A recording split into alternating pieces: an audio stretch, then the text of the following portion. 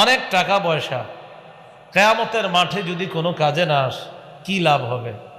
সূরা হাক্কার মধ্যে আল্লাহ বলেন, ওয়া আম্মা মান উতিয়া কিতাবাহু বিশিমালি, যার আমল নামা বাম হাতে দেওয়া হবে, ফায়াকুলু ইয়া লাইতানি লাম উতা কিতাবিয়া ওয়া লাম আদরি মা হিসাবিয়া।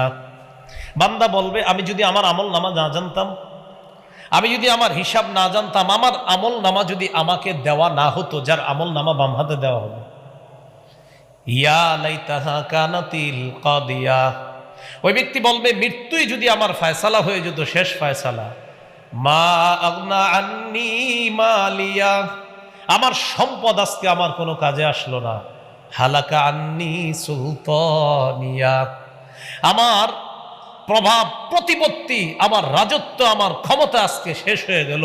কত মানুষ উঠতো বসতো, থর থর করে কাঁপতো।